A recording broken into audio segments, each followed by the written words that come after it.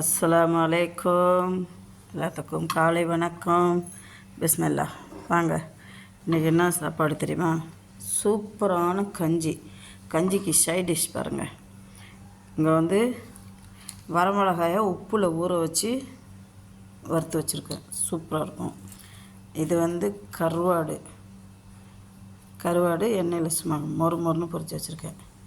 அப்புறம் இந்த பழைய சாம்பார் கூட யாருக்கெல்லாம் கஞ்சி குடிக்க பிடிக்கும், அந்த காய்களை தொட்டுக்கிட்டு செம்மையாக இருக்கும். இது பாருங்கள், நான் வெனிகரில் ஊற வச்சுன்னா நெல்லிக்காயும் எலுமிச்சம்பழம் ஊறுகாயும் எடுத்து வச்சுருக்கேன். வாங்க, இது கன்னியாகுமரி ஸ்பெஷல் கஞ்சி. இதில் சின்ன வெங்காயம், வெள்ளைப்பூண்டு, அப்புறம் வெந்தயம், சிறுபயிறு இதெல்லாம் போட்டு காய்ச்சுவாங்க. தேங்காய் பால் ஊற்றி இறக்குறது சூப்பராக இருக்கும். ஏன்னா இந்த புள்ள பெற்றவங்களுக்கு பால் ஊறுன்றதுக்காக இந்த கன்னியாகுமரி டிஸ்ட்ரிக்டில் அவங்க இந்த மாதிரி கஞ்சி வைப்பாங்க. இந்த அகப்பை என்னோடய பெஸ்ட்டு ஃப்ரெண்டு ஸ்ரீலங்காக்காரரு, அவர் கொண்டு வந்து கொடுத்தது அகப்பை.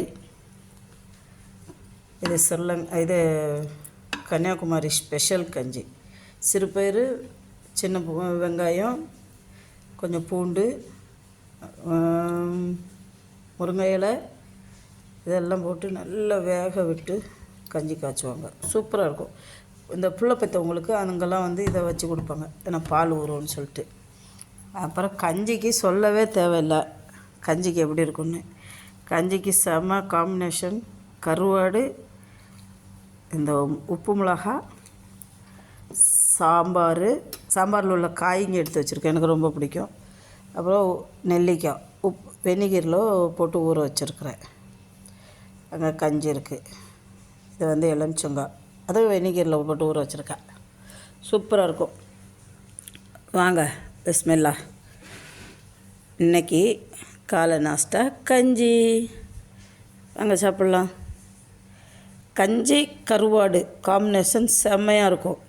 இந்த சேனல் பிடிச்சிருந்தா ஷேர் பண்ணுங்கள், சப்ஸ்கிரைப் பண்ணுங்கள், லைக் பட்டனை ப்ரெஸ் பண்ணுங்கள். மறந்துடாதீங்க. Mixing channel. தேங்க்யூ.